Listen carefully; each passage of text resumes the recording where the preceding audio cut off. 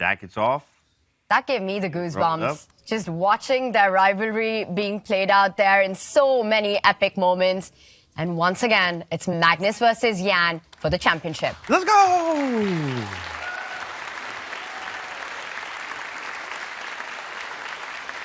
Oh, mid-game. Hold on, let me check. Let me get my song selection. And this is the one we've all been waiting for, but Magnus keeping us waiting for his second move. He starts with the queen's pawn. Jan brings out his knight. Magnus pausing to choose his music. And what are we going to see? Is it going to be the Trompovsky attack, the London system? Ooh, is it be a Nimzo Indian? Queen's Gambit, still all of the options available. It is a Queen's Gambit declined. A very solid opening by Black against the Queen's Pawn opening. It just keeps everything strategic, the fight a little bit more positional.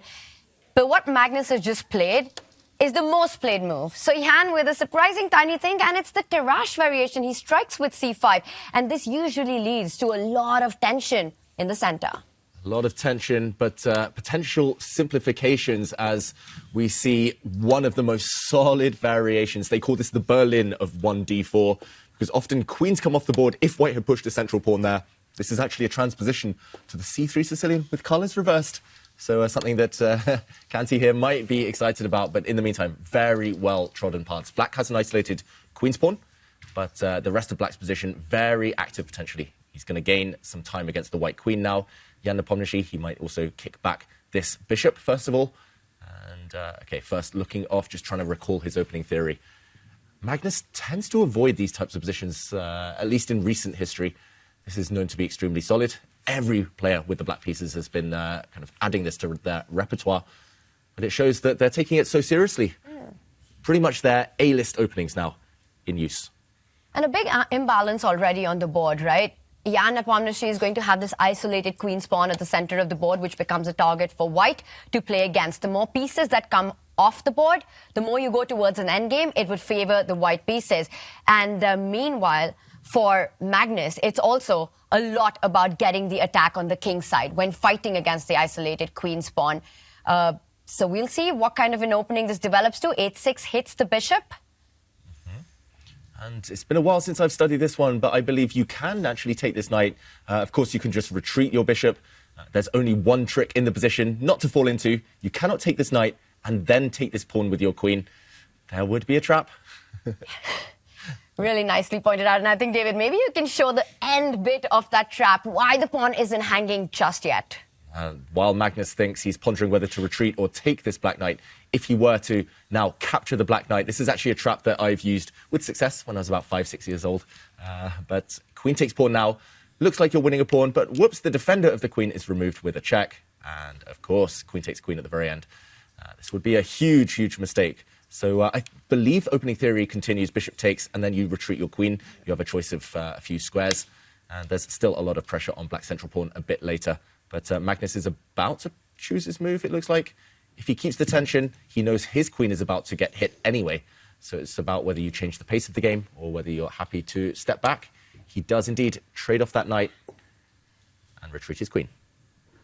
Trades do tend to favor the side that's playing against the IQP and the side with the isolated queen's pawn, looking for those tactics, looking for the attack, a one piece off the board, that knight which potentially could have jumped to the center of the board. But in return, Jan gets the bishop pair.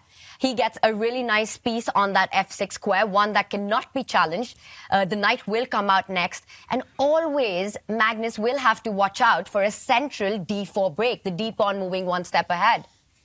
Yeah, in the meantime, it's a bit of a race, right? As you say, Tanya, if black gets this knight out, is able to move the queen and kind of centralize rooks, you're kind of supporting the central pawn, the isolated pawn. You're getting ready to push it forward, blow open the position, which will definitely profit the bishops. But white is very, very quick now. Next move, rook to d1, and Magnus will try and gobble up this pawn before Jan is fully ready. So, yeah, both players spending a minute or two here.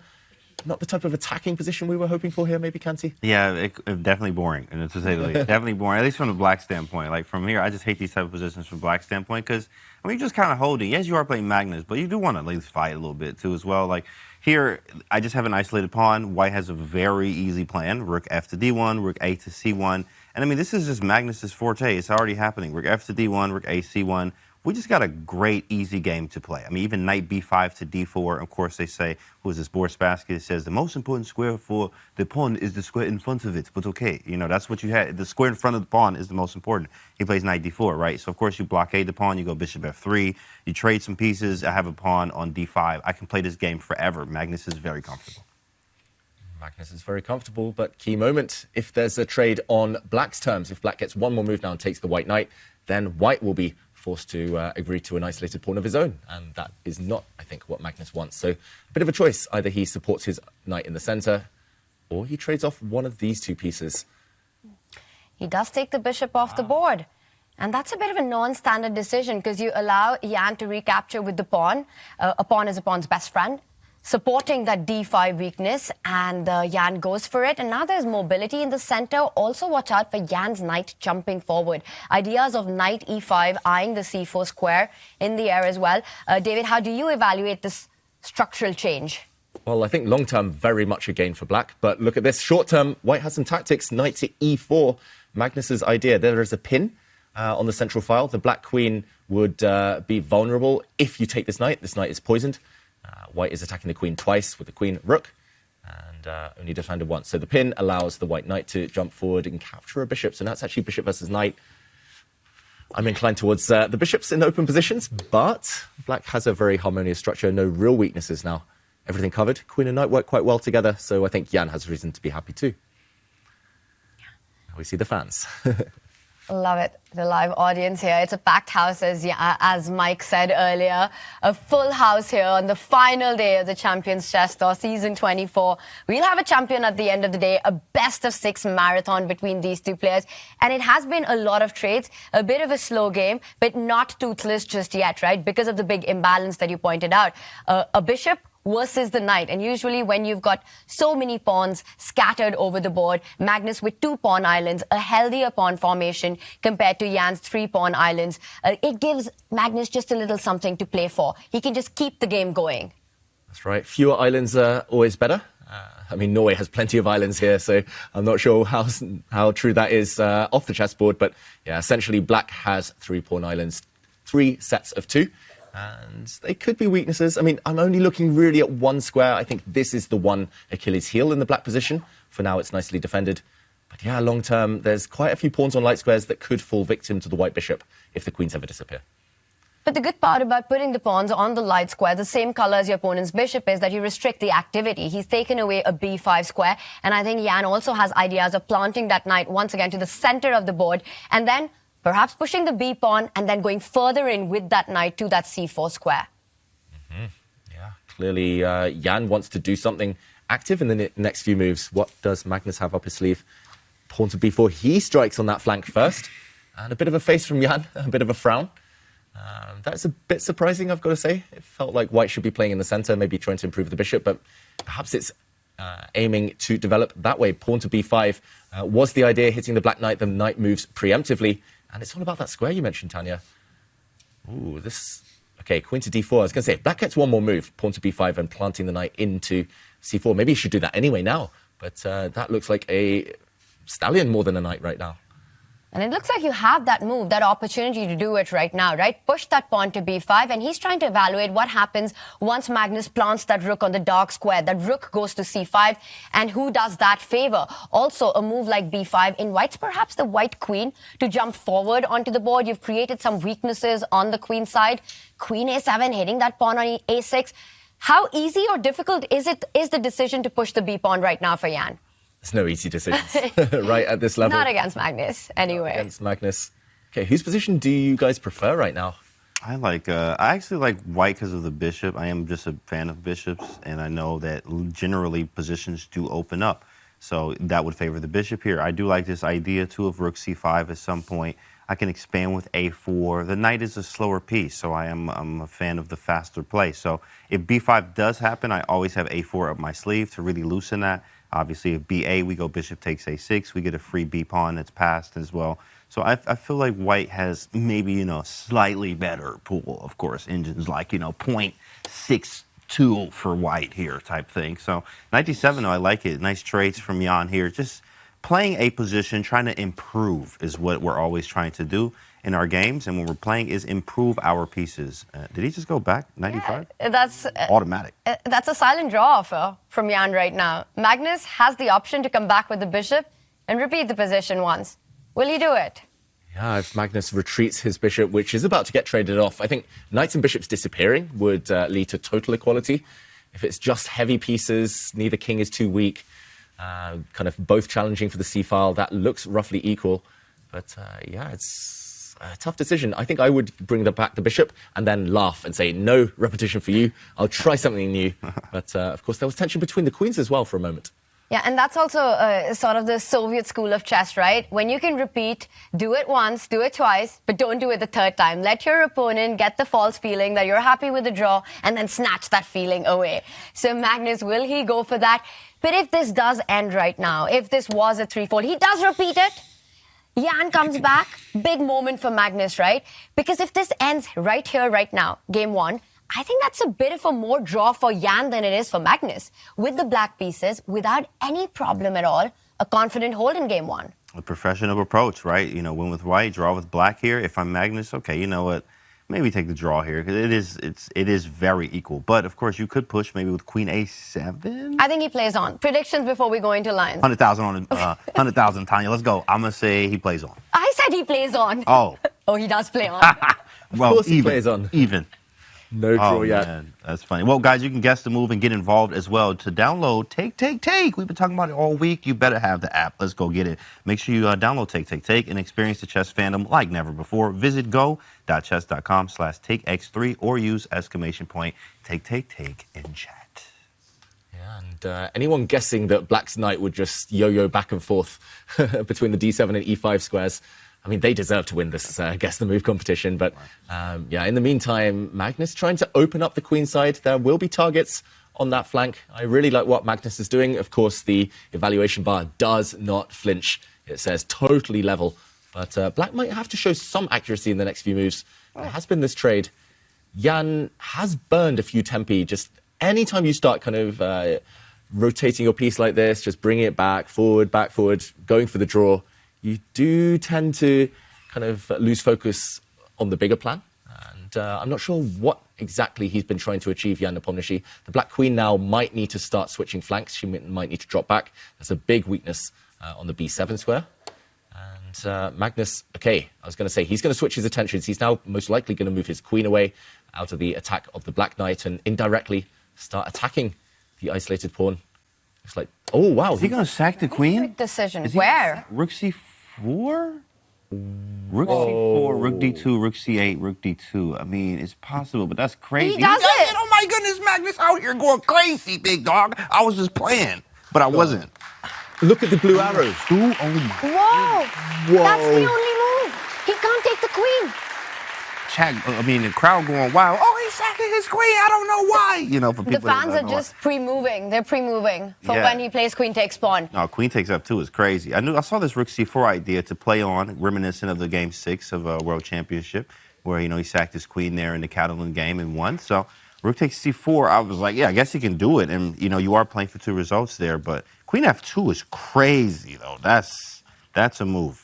Yeah, I mean, nice spot there, Kanzi. Rook takes c4. It wasn't on my radar at all to sacrifice the queen, but I think we have to show this. This is it. Oh, my goodness. Now I'm just up a pawn.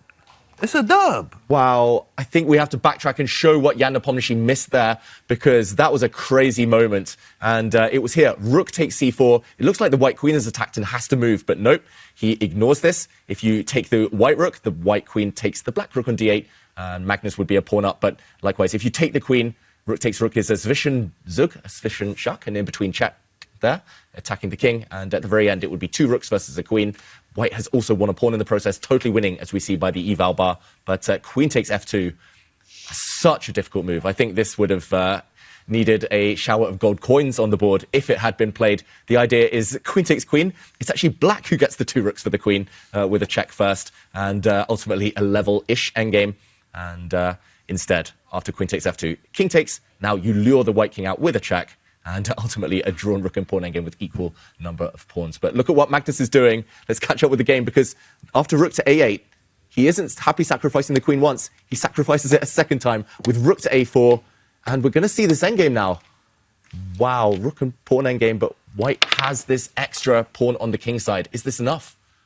Yeah, that's the big question, but Magnus will play this on forever. And I want to just come back to what, James, you mentioned. Game 6 of their World Championship match, Magnus sacrificed the queen for a rook and a minor piece and went on to win that game. And that pretty much decided the whole match, right? Yeah. And here he's sacrificing his queen again. And for Jan, you know, these are moments that don't leave your head. Those flashbacks keep coming back. Yeah. But queen takes pawn. He did pause. I thought he was about to find that move. But it's so hard to understand how important that was. And there was nobody tapping him on the shoulder and saying, hey, this is the moment you equalize. And by the way, it looks like Magnus is doing Magnus things. The pawns have disappeared on the left side of the board, but Magnus wants to create connected passers right now on the right side. What do you think about this last move, liquidating further? H4 is a nice move. If this pawn is captured, the white rook will slide the whole way across to the right side and regain the pawn.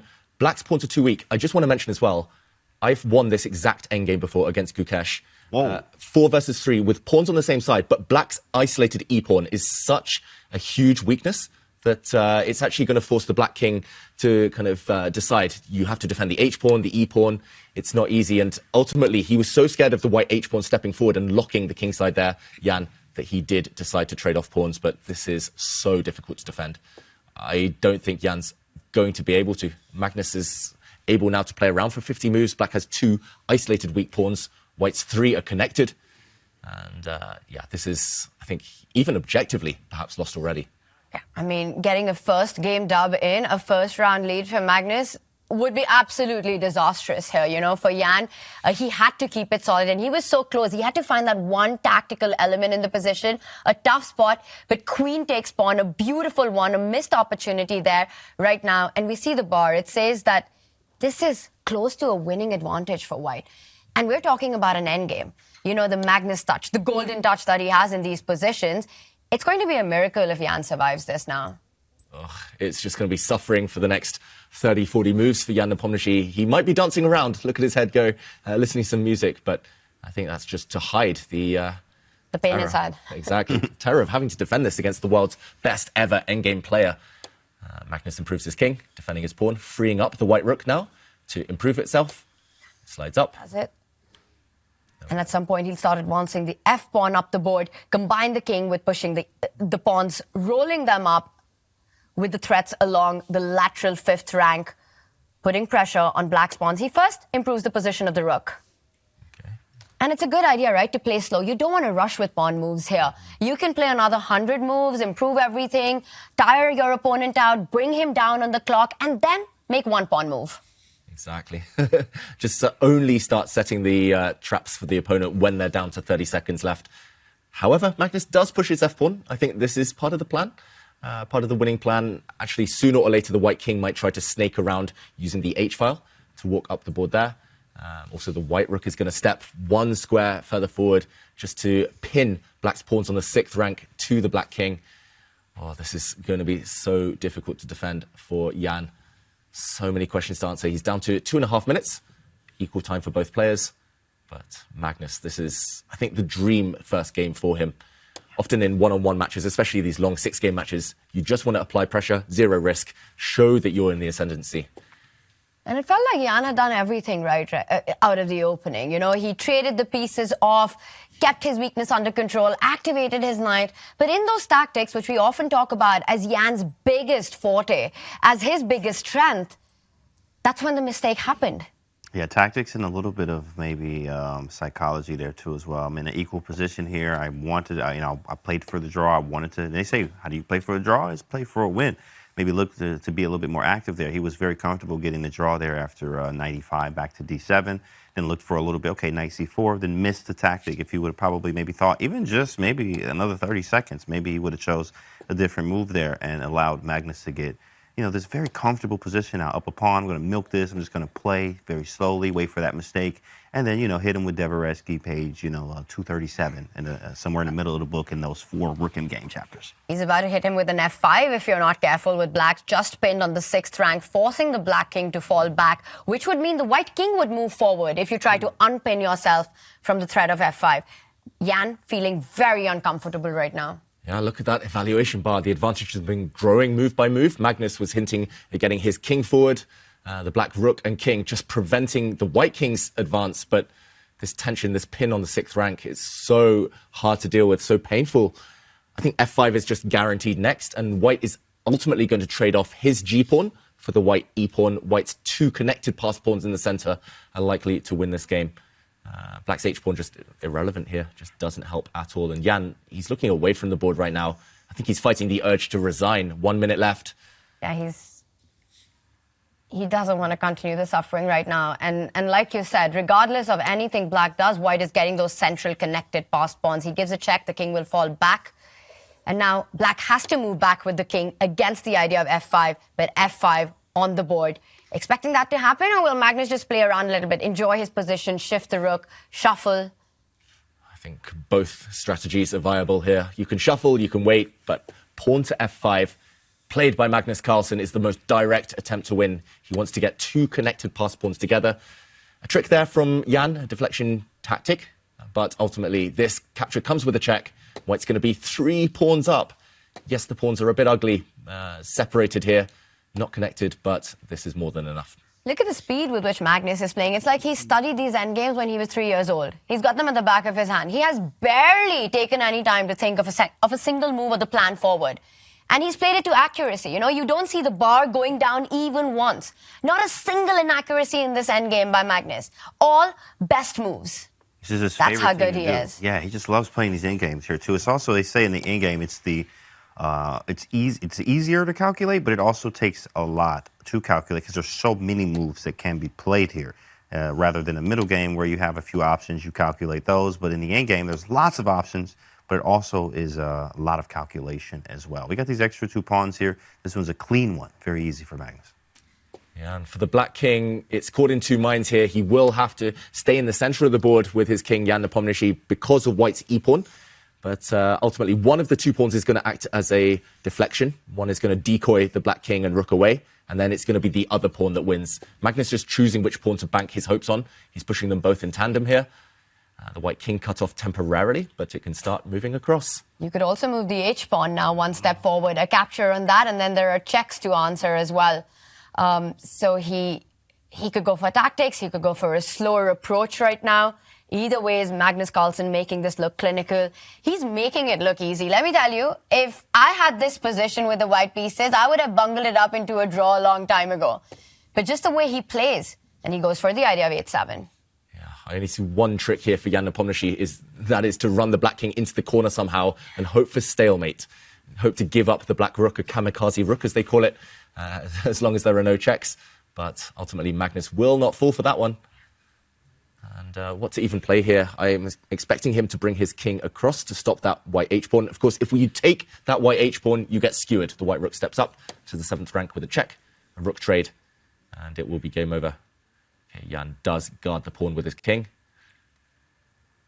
Magnus. Oh, this idea. Maybe he goes like, he goes check first. Okay. Ooh. 6.